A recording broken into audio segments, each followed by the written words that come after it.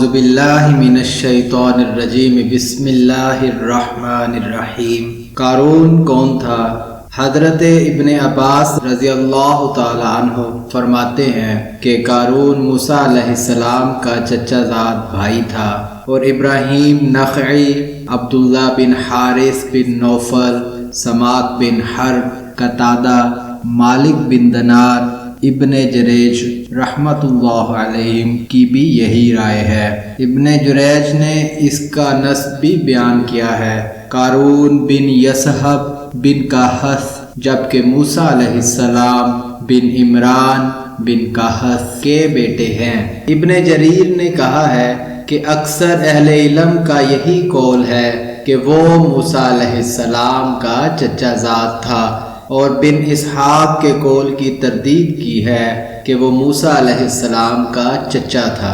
حضرت قتادہ رضی اللہ تعالی عنہ فرماتے ہیں اس کو منور کہتے تھے کیونکہ وہ تورات کو بڑی خوبصورت آواز کے ساتھ پڑھتا تھا، لیکن وہ اللہ کا دشمن اور منافق بن گیا، جیسا کہ سامری منافق ہو گیا تھا۔ کثرت مال کی وجہ سے اس کی سرکشی اور بغاوت نے اس کا بیڑا غرق کر دیا۔ اللہ تعالیٰ نے اس کے کثیر خزانوں کا ذکر کیا ہے، حتیٰ کہ صورتحال یہ تھی کہ اس کے خزانوں کی چابیاں اٹھانا طاقتور مردوں کی جماعت پر مشکل اور سخت دشوار ہوتا تھا، اور کہا گیا ہے کہ وہ چمڑے سے بنائی گئی تھیں اور 60 خچروں پر اٹھائی جاتی تھیں۔ اس کی قوم میں سے اس کے خیر خواہ اور نصیحت کرنے والوں نے اسے نصیحت کی اور سمجھایا کہ اترا نہیں، یعنی اللہ کے دیے ہوئے مال سے اکڑ نہیں، اور دوسروں پر فخر نہ کر کہ اس میں کوئی شک نہیں، اللہ تعالیٰ اکڑنے والوں کو پسند نہیں کرتا۔ اللہ کے دیے ہوئے میں سے آخرت بھی حاصل کر لو۔ ان کا مقصد یہ تھا کہ تیری کوششیں، تیری محنت زیادہ تو آخرت کے لیے ہونی چاہیے، کیونکہ وہ ہمیشہ کا گھر ہے، اور اس کے ساتھ دنیا کا حصہ نہ بھول کہ حلال اور پاک چیزیں حاصل کرو اور کھاؤ، لذت اٹھاؤ، اور غریب و مسکین اللہ کی مخلوق پر احسان بھی کرتے رہو، جیسا کہ اللہ رب العزت نے تجھ پر احسان فرمایا ہے، اور ملک میں فساد نہ کر، یعنی لوگوں کے ساتھ برائی اور ان پر ظلم نہ کرو، کیونکہ اگر ایسا کرے گا تو اللہ تجھے سزا دیں گے، اور اس طرح کرنے سے اللہ تعالیٰ اپنی نعمت بھی واپس چھین لیں گے، کیونکہ اللہ تعالیٰ ملک میں فساد کرنے والوں کو پسند نہیں کرتے۔ اس ساری نصیحت اور فہمید کا اس کے پاس جواب صرف یہ تھا کہ اس نے کہہ دیا کہ مجھے یہ سب کچھ اپنے علم و ہنر کی بدولت ملا ہے، آپ کی اس نصیحت و فہمائش پر مجھے کان دھرنے کی ضرورت نہیں ہے، کیونکہ جو کچھ اللہ نے مجھے دیا ہے میں اس کا استحقاق رکھتا ہوں، اور میں اس کا اہل اور باصلاحیت ہوں۔ اگر میں اللہ کا پسندیدہ اور محبوب نہ ہوتا تو مجھے اللہ تعالیٰ یہ سب کچھ عطا نہ فرماتے۔ اللہ رب العزت نے اس نظریے کی تردید کرتے ہوئے ارشاد فرمایا کہ اللہ تعالیٰ نے اس سے پہلے بھی بہت سے لوگوں کو ہلاک کیا ہے کہ وہ اس سے طاقت اور افرادی قوت میں زیادہ تھے، اور مجرموں سے ان کے گناہوں کے متعلق نہیں پوچھا جائے گا۔ اگر اس کی یہ بات صحیح ہوئی تو جو لوگ اس سے پہلے مال و دولت میں زیادہ تھے ان کو ہم ہلاک نہ کرتے۔ اس کو مال کا زیادہ ملنا ہماری محبت اور محبوب ہونے کی دلیل نہیں ہے، جیسا کہ کلام پاک میں اللہ تعالیٰ کا ارشاد ہے، سورۃ السبا آیت نمبر 52، وَمَا أَمْوَالُكُمْ وَلَا أَوْلَادُكُمْ بِالَّتِي تُقَرِّبُكُمْ عِنْدَنَا زُلْفَىٰ إِلَّا مَنْ آمَنَ وَعَمِلَ صَالِحًا۔ تمہارے مال اور تمہاری اولادیں تمہیں ہمارے قریب اور پیارا نہیں کر سکتے، ہاں جو اللہ پر ایمان لایا اور اس نے نیک عمل کیے۔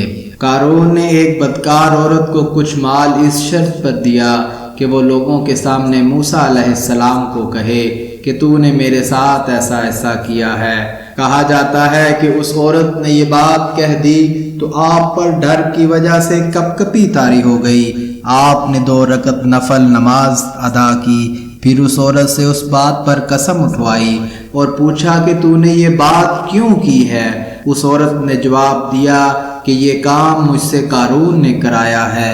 یہ بات سن کر موسیٰ علیہ السلام اللہ کے لیے سجدہ میں گر گئے اور قارون کے حق میں بد دعا کی، تو اللہ تعالیٰ نے موسیٰ علیہ السلام کی طرف وحی کی کہ میں نے زمین کو آپ کے تابع کر دیا ہے، وہ آپ کا حکم مانیں گی۔ تو حضرت موسیٰ علیہ السلام نے زمین کو حکم دیا کہ وہ اسے اور اس کے محل کو نگل جا، تو زمین اسے نگل گئی۔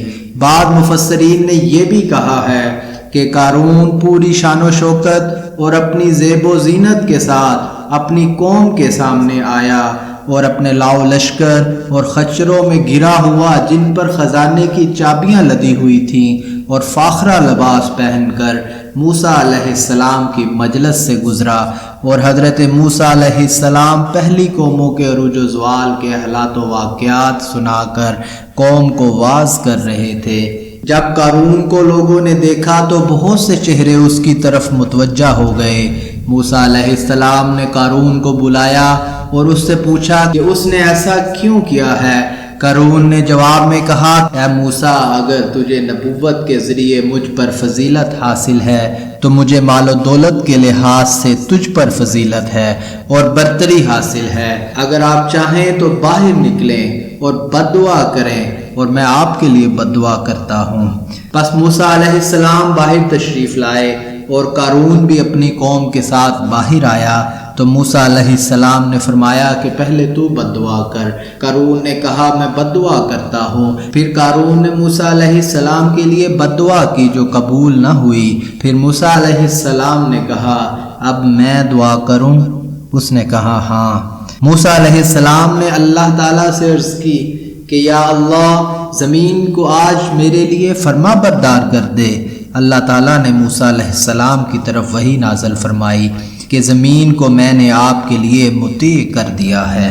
موسیٰ علیہ السلام نے کہا کہ اے زمین، اس کو پکڑ لے، تو زمین نے اس کو پاؤں تک پکڑ لیا۔ موسیٰ علیہ السلام نے پھر فرمایا کہ اس کو گھٹنوں تک پکڑ لے، زمین نے گھٹنوں تک نگل لیا، پھر شانوں تک قابو کر لیا۔ پھر فرمایا کہ اس کے مال و دولت کی طرف توجہ کر۔ اس نے اس کے تمام خزانے پکڑ لیے اور لوگ ان کو دیکھ رہے تھے۔ پھر آپ نے اپنے ہاتھ سے اشارہ کیا، قارون اور اس کی قوم کو لے جا۔ یہ سنتے ہی زمین ان کے ساتھ برابر ہو گئی۔ حضرت قتادہ رضی اللہ تعالیٰ عنہ سے مروی ہے کہ ہر روز زمین ان کو ایک آدمی کے قد کے برابر دھنسا دیتی ہے۔ حضرت ابن عباس رضی اللہ تعالیٰ عنہ سے نقل کیا گیا ہے ان کو 7ویں زمین تک دھنسا دیا گیا تھا۔ جب ان پر زمین دھنسنے کا عذاب نازل ہوا اور اس کا مال و دولت اور محل برباد ہو گیا اور اہل و عیال بھی اور زمین بھی ضائع ہو گئی، تو اس جیسے مال و دولت کی تمنا کرنے والے پشیمان ہوئے۔ انہوں نے خدا کا شکر ادا کیا جو اپنے بندوں کو جیسے چاہتا ہے تدبیر کرتا ہے۔ اس لیے انہوں نے کہا اللہ نے ہم پر احسان نہ کیا ہوتا تو ہمیں بھی دھنسا دیتا، اور کافر فلاح نہیں پاتے۔ آخرت کا گھر جو قرار و سکون کا گھر ہے، جسے وہ مل جائے وہ قابل رشک ہے، جو محروم کر دیا جائے وہ مصیبت و پریشانی میں گرفتار ہے۔ یہ صرف ان لوگوں کے لیے تیار کیا گیا ہے جو زمین میں بڑا نہیں بننا چاہتے اور فساد نہیں کرتے۔ حضرت عبداللہ بن عمرو رضی اللہ تعالی عنہ فرماتے ہیں کہ رسول اللہ صلی اللہ علیہ وآلہ وسلم نے ایک دن نماز کا ذکر فرمایا اور ارشاد فرمایا جو آدمی نماز کی حفاظت کرے گا تو یہ نماز اس کے لیے قیامت کے دن روشنی، دلیل اور کامیابی کا ذریعہ بنے گی، اور جس نے اس کی حفاظت نہ کی اس کے لیے نہ روشنی ہوگی، نہ دلیل ہوگی اور نہ نجات۔ اور قیامت کے دن قارون، فرعون، حامان اور ابی بن خلف کے ساتھ ہوگا۔ اللہ تعالی ہمیں صراط مستقیم پر چلنے کی توفیق عطا فرمائے۔ آمین ثم آمین۔